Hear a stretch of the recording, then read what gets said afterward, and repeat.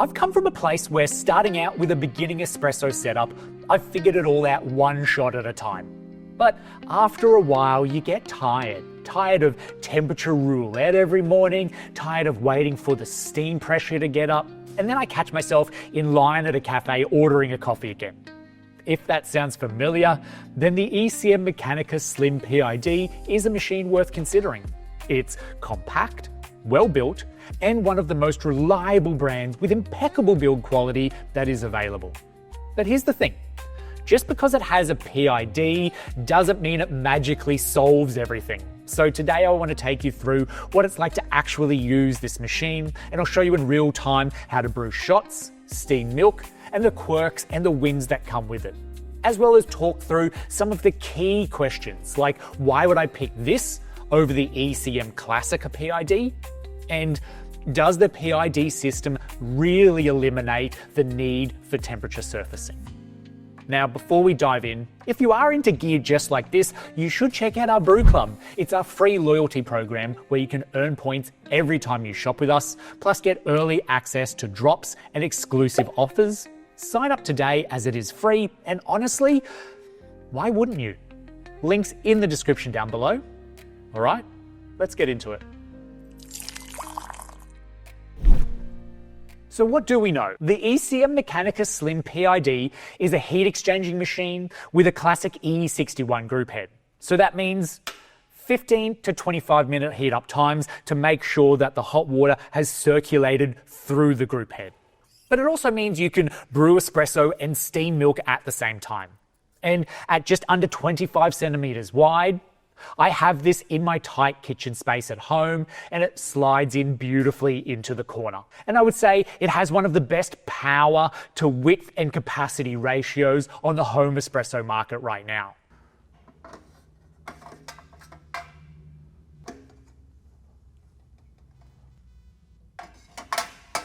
And that build quality? Well, it's made in Germany.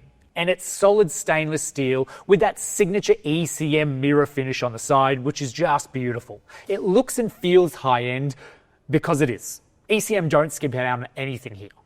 Now, the Mechanika has a large 2.8 litre water reservoir filled underneath the cup tray. And this is also where I can adjust the OPV. This is the overpressure valve. Here, it comes default at 10 bars, but I can limit the machine to 9 bars of brewing pressure or less. And this is done quite easily without the need to access the interior of the machine. Now, to understand how a heat exchanging works, there's one large boiler that is the main boiler used for steam production on the machine. And I'm going to be using this glass jar as the example, but in the case of the Mechanika, it has a 1.9 litre stainless steel boiler. And this is set at a high temperature, at around 120 to 128 degrees Celsius to create all that steam that you need. Now, inside this main boiler, there is a smaller boiler. That's a tongue twister. There is a smaller boiler that gets filled with cool water from the water tank. And then this smaller boiler is then heated up passively from the larger boiler. But it is the larger boiler, the outside boiler, that has the PID control in this instance. And here, there's a simple 3-position rocker switch on the right-hand side of the Mechanika, where each setting adjusts the steam boiler and in turn the brew water temp as well. Now, position 1 on the switch is the lower temp, and this is where I get approximate brew water temperatures of 90 to 93 degrees Celsius. And this is great for darker roasts. And you also get a steam pressure that comes along with that at around 1 bar. Now, for the middle switch position, it's 93 to 96 degrees Celsius brew water, and this is that sweet spot for most coffees. And then you also get a steam pressure at 1.4 bars, which is plenty. Now, for the switch position 2, I get anything between 96 degrees Celsius and upwards, like up to boiling. I find this a little too hot for espresso, and I probably generally wouldn't brew at these temperatures, though they may work well for a few light roasts. It also does crank the steam pressure to 1.6 bars, which is a lot, and I would say that is probably more ideal for the milk-heavy drinks. So I'm not too sure whether you're brewing light roast and drinking a lot of milk at the same time, just know I would probably just use either the lower temp or the middle temp in general day use. Now, the displays I use are the dual steam and brew pressure gauges, which are really well positioned high up on this machine, so I can easily read them anytime. Then there's the small LED screen below, which displays between temperature changes as I flick the switch, but not any current brew temperature at that point in time. And this also doubles as a shot clock during the extraction, as well as alerting me to when the water reservoir is low, and it also stores my eco mode and pre-infusion preferences, which, when it comes to pre-infusion, by default, this machine is set to off.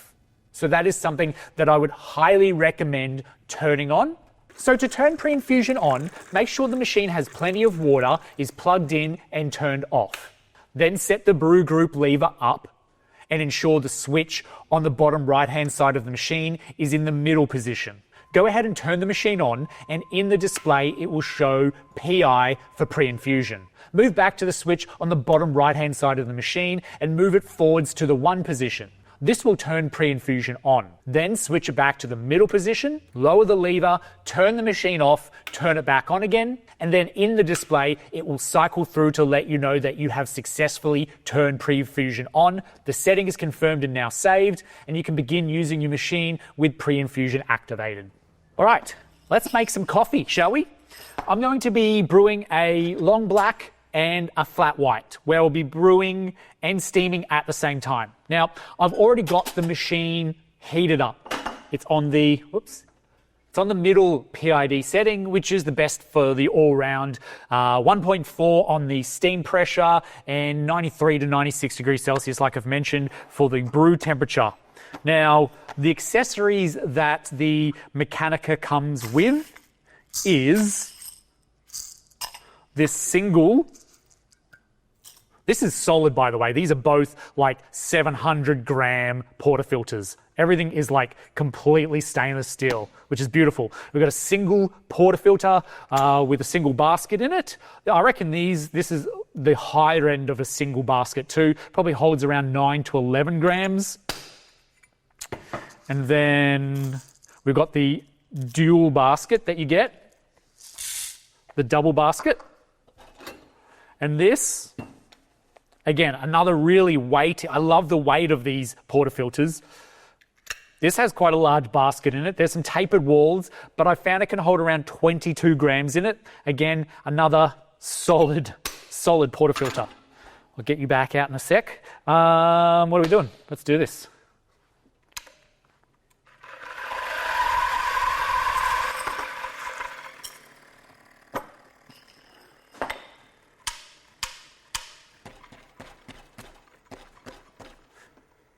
Now this is the CF64 that I'm using. I've been enjoying it lately. And the other thing that the ECM Mechanika Slim PID comes with is this awesome tamp. Now this is a pretty decent tamp. You can remove the handle off and make your own handle if you want. I say it's awesome because it's metal and it fits the baskets really nicely. Doesn't have a leveler, doesn't have a pressure gauge to it, but it's just one of the nicer tampers that come with machines, because otherwise machine manufacturers are pretty horrible at making good tampers or placing good tampers in there along with their machines. This one, or rather ECM, is the exception.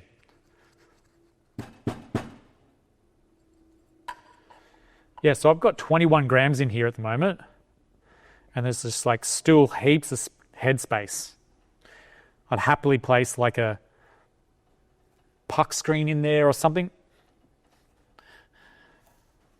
All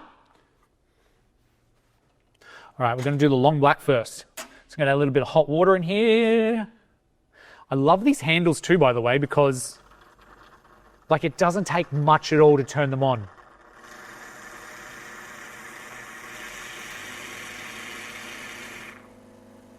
Beautiful.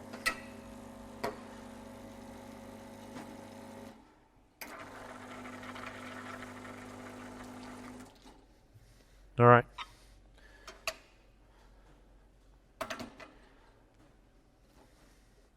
Now, as I mentioned, we've got pre-infusion turned on.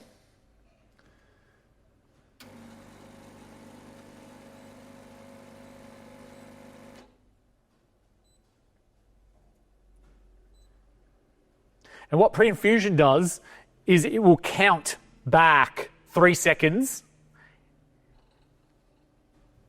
All right, we'll just start that. Cool. So what pre-infusion does, it'll count back 3 seconds, injecting water into the top of the puck. And then if I watch the timer that I started when I pulled the lever up originally, the pressure starts back on again at around the 8 to 10 second mark, where you get full pressure back on. So if you start the timer when your scales say you're going to run long, but the timer actually starts when the pre-infusion stops and then starts back up again.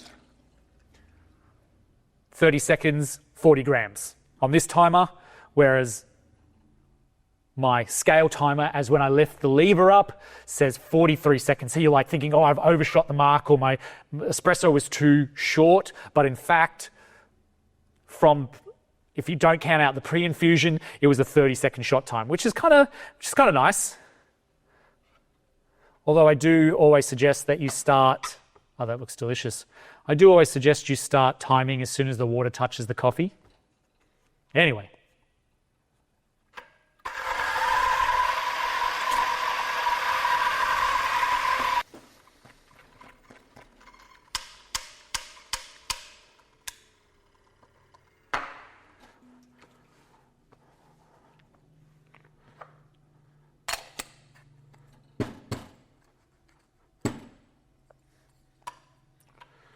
Nice.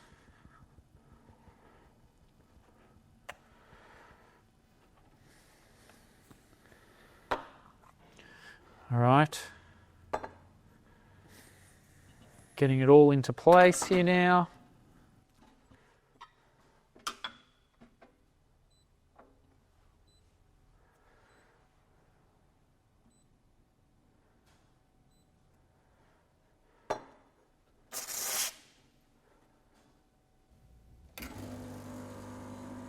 Go. Brewing. Pre-infusion stops. I'm going to start. I love these swivels. That swivels all the way around.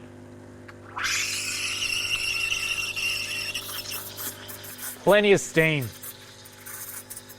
Brewing hasn't missed a beat.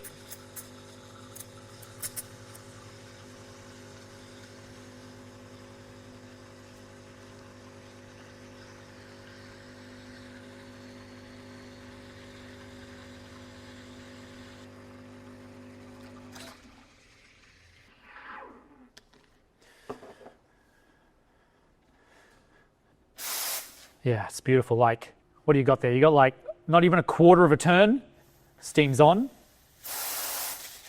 And then just that tiny little extra bit and the steam is like full power.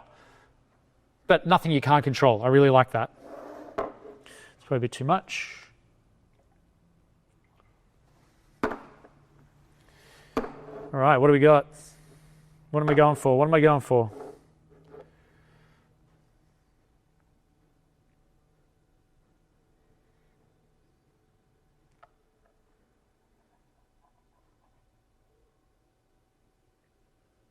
Nice little rosy.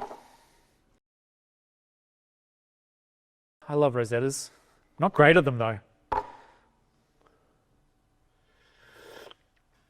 Oh, now that water's hot.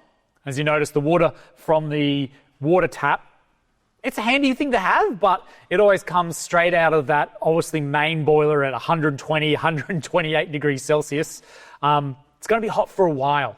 So you can add some cold water in that, or honestly, what I do basically anytime I'm making a long black is I'm boiling a separate jug with a temperature variable jug. So I know exactly, I've got it heated to 85 degrees Celsius. The espresso goes in and it comes to that point where it's just beautiful drinking temperature the moment I sit down to enjoy it. Right now, still a little hot, but that was super easy. All right. Now let's address some of the pros and the cons of this machine, because I was wondering, isn't the whole point of PID to avoid temperature surfacing? I understand that PID gives you more control over boiler temperature, and then that does help, I guess, reduce the temperature swings when brewing. However, it comes back to the fact that This is a heat exchanging machine, and then that means the actual brew water that comes through only gets indirectly heated by the main boiler. So it really depends here on how long you have this machine sitting idle as to whether you need to do a cooling flush or not. Now, you can be really good here and say, turn the machine on in the morning, time it. 15 minutes, 20 minutes, a 5-minute window between 15 and 20 minutes to come back and begin using the machine, and you won't need to use a flush. But if you've left the machine on longer than that, it's reached a full temperature, and then you've left it on for, say, 5 to 10 minutes further, then you're in that territory where the HX machine, the heat exchange machine, requires, especially if it's on the hot or the middle setting. It says this in the manual.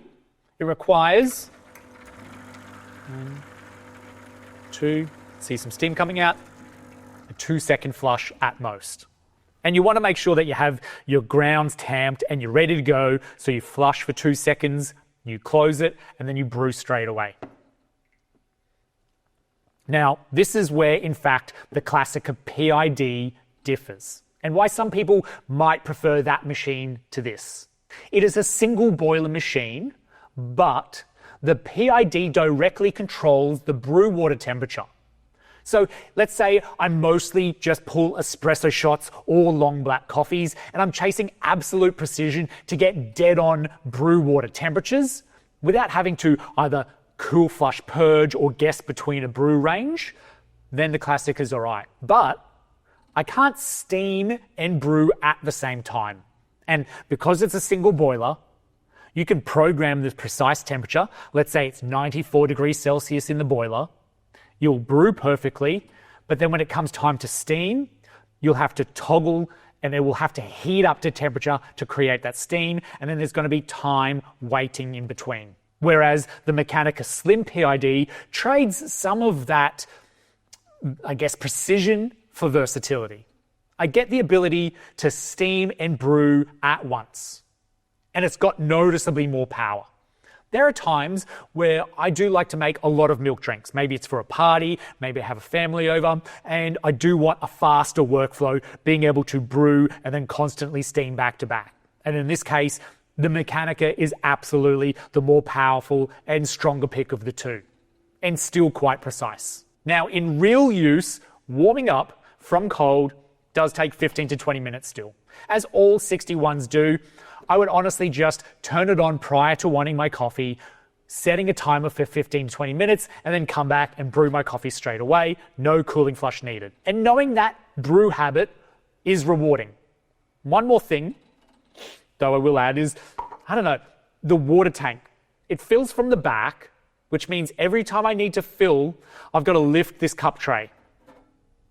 It's not a deal breaker, but it's just something to keep in mind. I wouldn't say it's a daily annoyance. You don't have to do it all the time. But if I've got all my cups up there or something, it just feels a bit shaky. So who should consider the ECM Mechanika Slim PID? If I wanted to upgrade from an entry-level machine to an endgame machine, perhaps needing a smaller footprint for a compact kitchen, which is the case, or I did want better control without going too far into dual boiler territory, then the ECM Mechanika is a good fit. It's not great if all I wanted was to chase the most precise espresso temperatures, or if I rarely steam milk. In that case, the ECM Classica PID would be a better fit there. And I've got a review of that coming out soon, so stay tuned.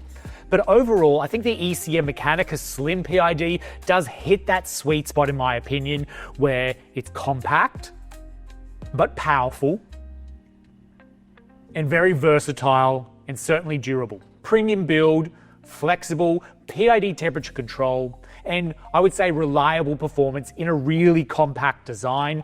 You're getting ECM's renowned build quality. And that is something that you can then grow into as your barista skills level up. I think it's a solid choice. If you've got any further questions, drop them in the comment section down below. And if you found this video helpful, give it a big thumbs up and subscribe, as that would really help. We've got more ECM content coming your way very soon. So thanks for watching to the end of this one, and we'll see you in the next one.